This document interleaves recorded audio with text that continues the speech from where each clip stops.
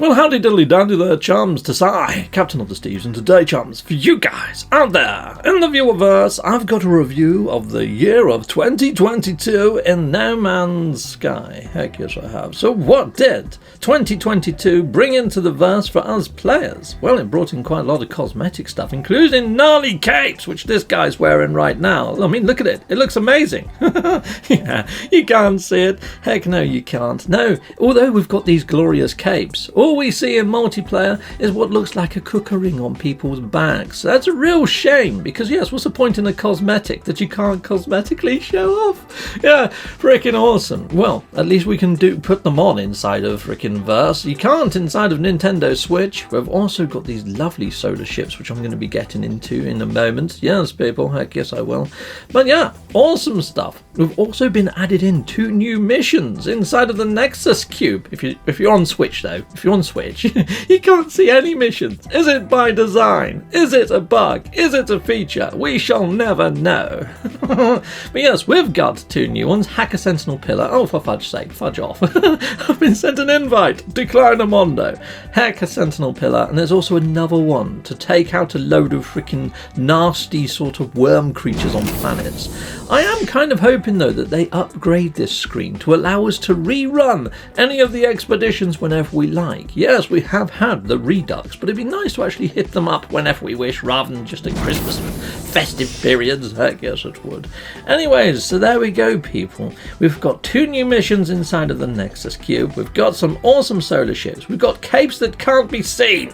And I've just been given a rhyming manuscript by somebody. That's a lore item. Now surely they're going to want that back. Oh well, I'll do it. Who cares? Fudge it. Anyways, I'm going to be bringing in my solar ship and showing you my solar ship because this is something new inside of the verse in 2022. You can also change your ship on the fly over here now, people, which is darn freaking nice. You may have seen on that quick menu a new icon for a trade rocket as well. So that's another awesome thing. So you can load it full of stuff while you're on a planet and launch it up to the station and sell it on the fly rather than have to look for a galactic trade terminal or anything on planet surface. That's kind of nice. That's kind of awesome. Trade rocket, heck yes, like you trade rocket. But here we go, here's my solar ship and look at these swanky animations. And you can see here that now I've got a very small area of peripheral view. Yeah, like a postage stamp. Yeah, I'd imagine it looks kind of a lot better inside of VR where you've got depth of field. But I tell you what, inside of normal view, those solar wings are a little bit more of a hindrance than they are actual purpose, you know? Anyhow, what we also have is some lovely meteorites now. I mean, look at these asteroids, people in the viewerverse. They look a whole lot better than they did before.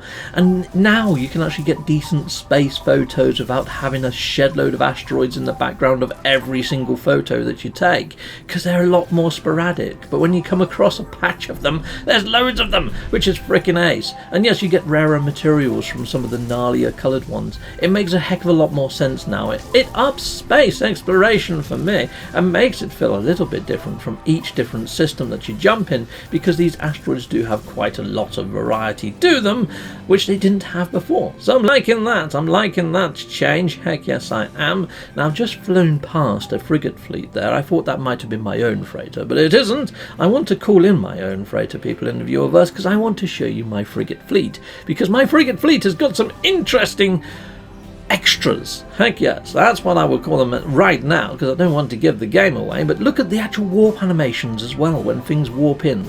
Doesn't that look glorious? Heck yes it does. Yes, so they've really improved a lot of the visual sort of qualities inside of game. But here we go, here's one of my super awesome frigates. Look at it, it's a space whale. Yes, we've got leviathans, people in the viewerverse, these giant organic living frigates. How awesome is that? So now we've got the living ships and we've also got living frigates. How awesome. So I wonder what's next. I wonder if next we might get an organic living freighter. That'd be quite cool, wouldn't it? That'd be a super duper megafauna. I guess it will. Anyway, I'm going to be flying inside of my actual freighter because freighters themselves have had a massive facelift, people. Yes, we've got loads of new parts and all sorts of shenanigans going on inside of here. Visual qualities and base building on freighters is now freaking awesome. I love what they've done with all the base parts that they've given us for our freighters. Heck yes, I've built this sort of outside theatre. Sort of Nick DeBeeble's idea. He's built a whole freaking studio in here, so it looks freaking epic. But anyway, people, I've got this over here, which is my own sort of take on that. And I've got my scribble pad over here. So let's go and hit this up, and let's go and talk to real Captain Steve to see what he thinks of all the updates this year. Executamundo. So yes, 2022 has brought us some awesome stuff into the verse, a lot of it being combat focused or orientated other than the freighter, and the freighter base building parts are freaking awesome. So yeah, really enjoyed 2022 when it comes to the increased sort of combat elements. Sentinel update brought us new types of Sentinels, which we'll get into during this, and Outlaws brought us some very cool pirate-esque type stations, some new solar ships, and some lovely capes and some gnarly hoods. Sadly though, the capes, you can't see them in multiplayer, which I'm hoping gets fixed in 2023, people inside of the viewerverse, but it's hard to know whether these things are bugs or features because they haven't been mentioned on the fixes list. It's like the Nexus missions for Switch players. They haven't got any. So here I've put all of the updates that we've had to date on screen. So we've got the Sentinel update, and that was in February. We had the Outlaws update in April, then in July came Endurance, and then later in the year we had the Waypoint update. Heck yes, we did. And yes, as you can see there, a lot of them are sort of combat sort of focused. And then we had all of the expeditions that ran and coincided with a lot of these updates. Expeditions, awesome. So people in the viewerverse, something on my wish list for 2022, at the end of 2021, was the ability to shut down Sentinel activity. Now I was hoping for a Sentinel sort of stronghold, a building that we raid, get inside and maybe shut it down by solving puzzles or blowing something up, or taking out a Sentinel boss inside of a stronghold. But what Hello Games has delivered in is a Sentinel pillar. Now these things just appear on planet surfaces. They do have the new Exoid sort of mech Sentinel type, the Minotaur type Sentinel mech, and it's got a flamethrower attached and all sorts of other shenanigans. Pretty darn awesome. At these places, now these Sentinel pillars, once you shut it down, it removes all Sentinel activity on the planet for a while. Something else that we got was a Sentinel drone of our own, Laylapse, which has been in the lore for some time. Laylapse was a Sentinel drone that got reprogrammed by a traveller and saved the traveller from the realm of glass inside of the lore. What does this Sentinel drone actually do? It doesn't do much, sadly. Now, what I would like is if the Sentinel drone, when you spoke to it, gave you a list of commands. Find a Sentinel pillar, or distract the Sentinels. So maybe if you are being attacked by Sentinels, your little drone goes out and wreaks havoc with them. They're all sort of like bzz, bzz, bzz, and maybe they just get electrocuted for a while to give you a chance to run away. So you can use that drone to either find a Sentinel pillar or to distract Sentinels. Something Sentinel-esque. Now these Sentinel pillars themselves have got a little bit of lore entwined into them. You can see there the error code of Ariadne. Now there was some weekend mission lore previous years ago where Ariadne went missing aboard a dark freighter, perhaps in the realm of glass, perhaps in the void, and yeah, we don't know what happened to her, but we've got a doppelganger, we've got a clone of her up in the Nexus right now. It'd be nice if that lore, all that section of lore that we had previous year, comes into iteration. What these Sentinel pillars do give us, though, is the chance to find an exotic multi-tool. It'd be pretty darn cool, though, if it also gave you the chance to find a Sentinelized multi-tool that I had on the screen there for a moment. That'd be pretty darn freaking sweet. But yes, these new multi-tools, you can only find them at Sentinel pillars, and I love that idea. I hope they just expand on what you can find inside the Sentinel pillars. I'd like it if they offered up some sort of modules in rare cases as well, like the incinerator. Because yes, after all, that Sentinel mech that we just saw has got an incinerator on its arm, so why the fudge not add in that module every now and again as well, or at least have it inside of one of those exotic multi-tools that you find, because you can then package it out and install it in to another multi-tool of your choosing. So I think that would be a great way to bring in the incinerator or some other Sentinelized technology, like that Sentinel picture that I put up of a whole new Sentinel multi-tool, which is pretty darn sweet. You see those appear inside of Pirate Systems, which we get into Pirate Systems later in this video, people. But I'm really liking the Sentinel pillars. I'm liking the new Sentinel types. Again, we'll touch on those a little bit later. But combat around Sentinels and the Sentinel pillars has been greatly increased. Salutamondo, Hello Games. You've done good on that one, heck yes. Before the Waypoint update, we could actually install technology inside of our general space. So you could have 3 inside of your general space, 3 inside of your technology, and you could make yourself super OP. That's now no longer a thing, and that upsets quite a fair few players that were mid-maxers that wanted to get their stats up. Now we have what's called boosted slots, and you can boost 3 to 4 technology items inside of your technology space. And yes, it does make a big difference to the modules that you click into those boosted slots, and it gives another dimension to play. Also, when it comes to ship hunting or multi-tool finding, you do want to find a cluster of those boosted slots together so you can really push a single stat through the roof if that's your thing. So it adds another dimension to maybe the hunting and stuff like that. But at the same time, it does sort of decrease your overall statage, especially inside your exosuit when it comes to movement. So although they've done all of this rebalancing to numbers and stats, they haven't really done anything to the actual ships themselves. I mean, yes, the Explorer can jump you that little bit further than another ship, but it'd be nice to have proper ship-related perks. It's like the Explorer, it'd be nice if it had the same scanner as what you can install on your freighter that scans the whole system, so you know what planet's what. It'd be nice if you get your shuttle, when you go to the missions agent, you might get offered a shuttle mission objective to pick up an NPC and take them from A to B, or something like that. It'd be nice if the ships had more rhyme or reason to them other than just some boosted stats here and there. It'd be nice if they had ship-related perks and ship-related missions to go with them to make sense of having a diverse fleet of ships rather than just all fighters, say.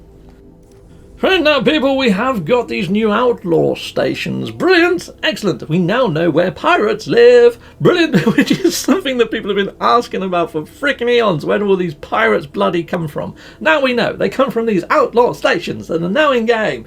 Heck yes. These outlaw stations look pretty darn freaking gnarly. The only thing that really changes in them, though, is that actual hauler over there. I mean, this one's got a yellow one. Heck yes, it has. It's also got a flaming barrel. Fire physics. Heck yes. It's also got some water droplets, which I'll show you in a moment. Water physics.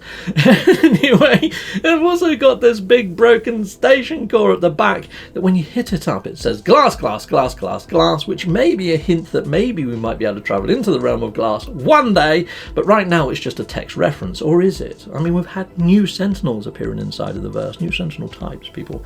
So have we already ruptured the realm of glass? Is that why we're seeing the new Sentinel types? It's hard to say because Hello Games are so tight-lipped with the direction that they're choosing to go. But here's those new water physics. Look at those droplets of water's drop. Yes, water droplets of water. Inside of here is another hint that there might be more stuff on the way when it comes to Sentinels. Banned weapon technologies, and it shows an image of this Sentinel multi-tool, which I freaking thoroughly love. And considering that we've got our own like little mini dog Sentinel, we've got our own Sentinel drone, and also the Minotaur exomech that's now more Sentinelized, it does make you wonder if we're going to get these Sentinel multi-tools at some point. But then we've had hints. We've had hints inside the game of things to come, including a station override, which you can now get in Pirate Systems of Space as a reward for doing missions. I've got one right here on my person. We're going to use it. What would it do? What would the station override bring to the station? Let's have a quick look-see. Access denied. It's a counterfeit code. Even though I got this legit method, I got it from running a mission. Glass, glass, glass, glass, glass. There it is again, people.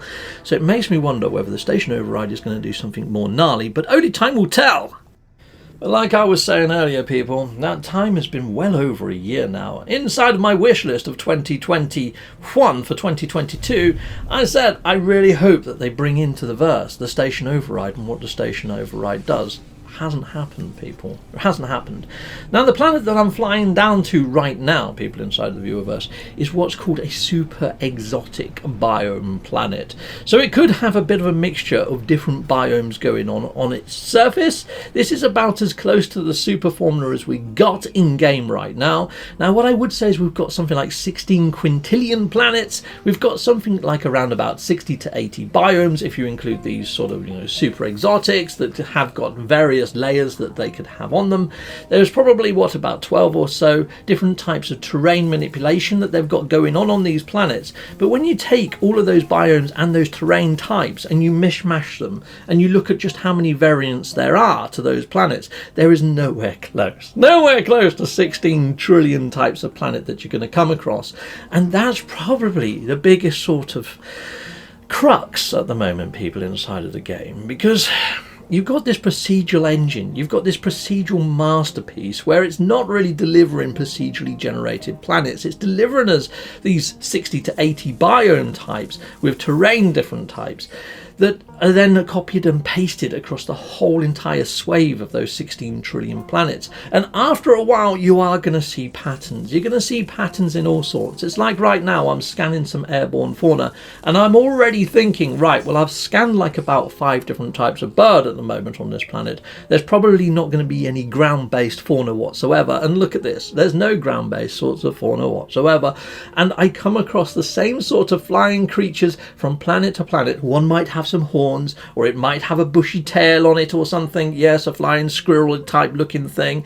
And you're going to find these things from planet to planet, and they're not going to look too dissimilar from planet to planet either. So if I go and hit up another planet and look at the actual airborne fauna, I'm probably going to find another little flying squirrel type creature, or a toucan type looking creature, or a pterodactylian type bird that looks like it's straight out of Resident Evil.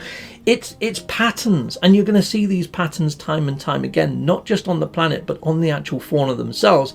And also, Hello Games originally said that the planetary fauna will make sense to the planetary biome that you find them on. So if you're closer to the sun on a planet, it's going to be a hotter planet, and on that planet you're more likely to find scaled type creatures, or creatures that can survive in that hot, hostile environment. But you can land on a super cold environment and you can find scaly creatures right now. You can land on a boiling hot freaking lava world and there's a creature covered in fur.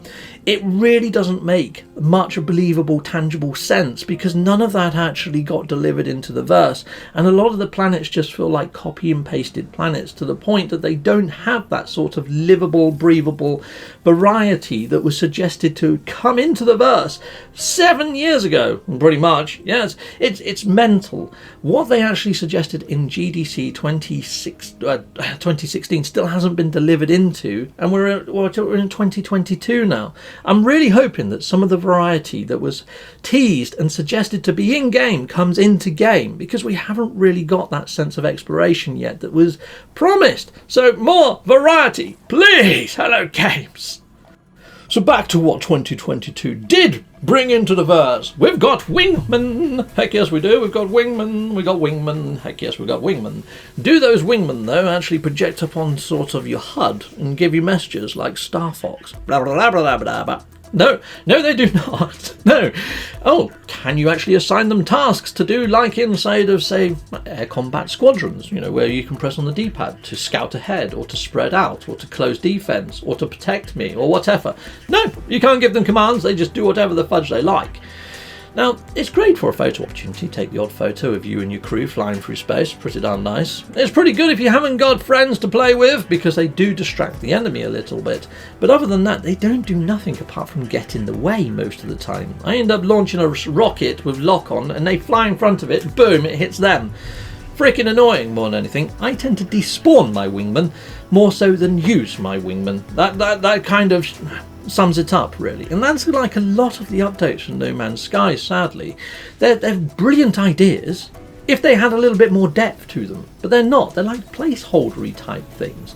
Now with the wingman, you'd think, well, maybe if you recruit them at a B class or a C class, maybe through doing kills and things they level up and they get better and you can build that relationship with them.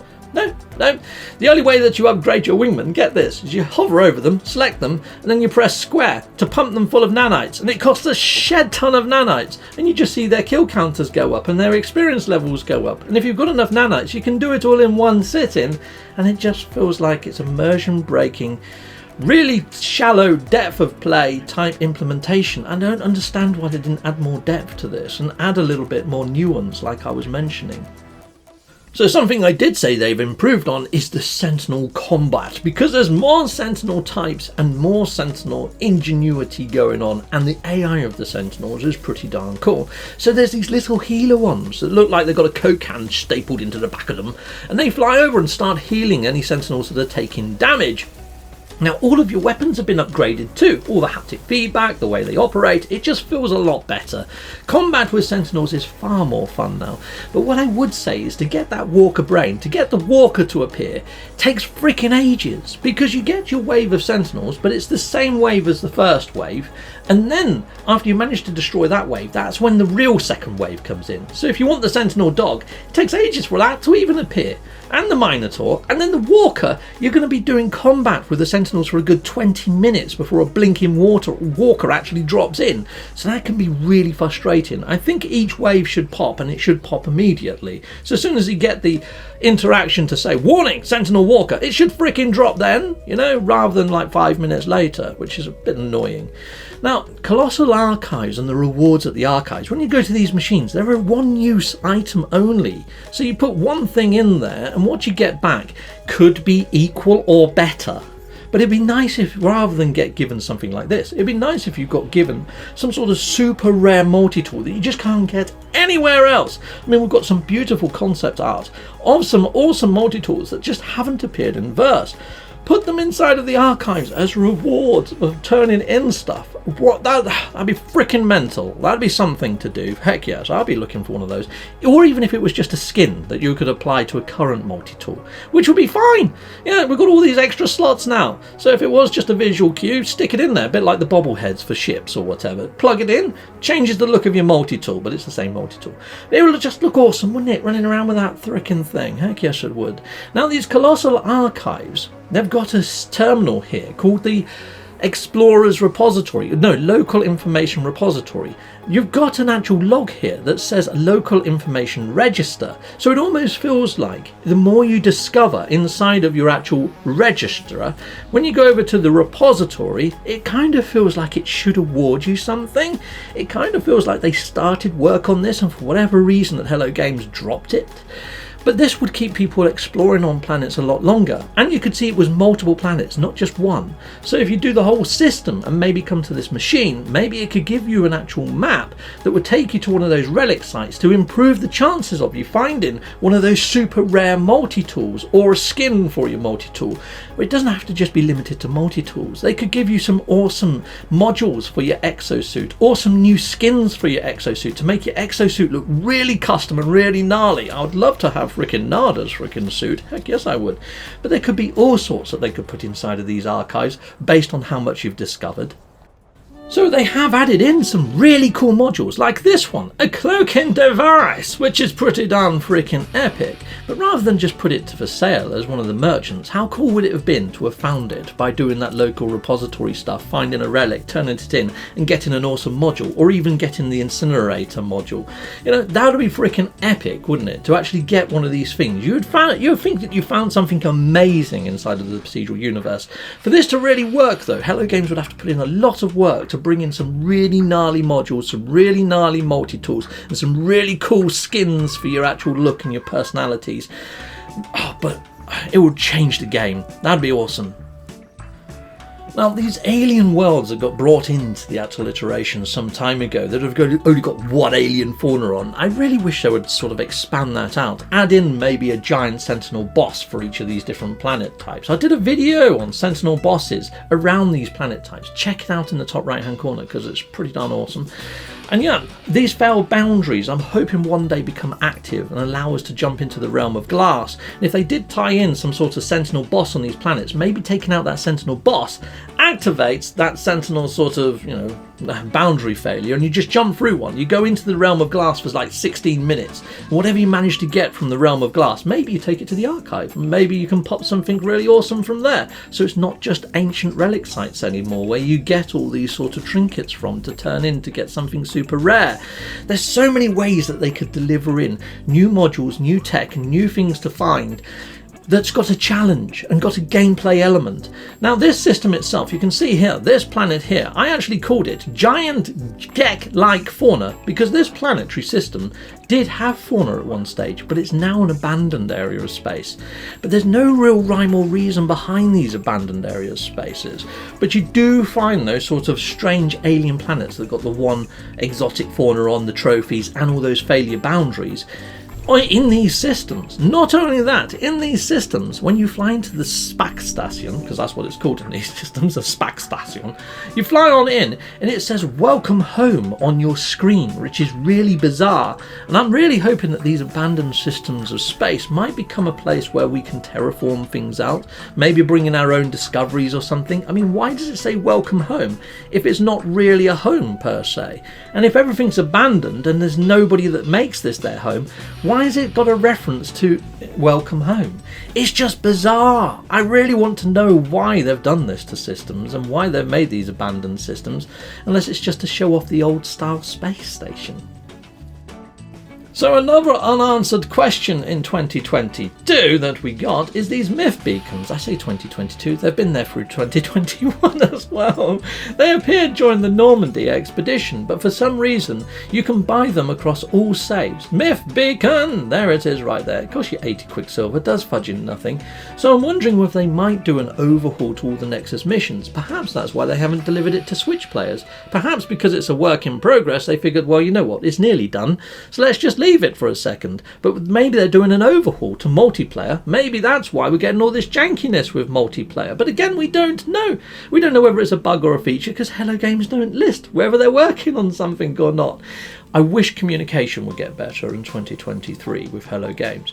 Anyways, this is Ariadne, and like I was saying, she disappeared. We've got all this lovely lore. I'm really hoping that take all that lovely lore from the yesteryear's sort of weekend missions and deliver it in as a new lore and story arc into No Man's Sky in 2023. Now, something that we did get from the actual expeditions brought into life are these worm nests, and we've got giant worms that leap over us at random intervals, and it seems to happen more on these infested planets.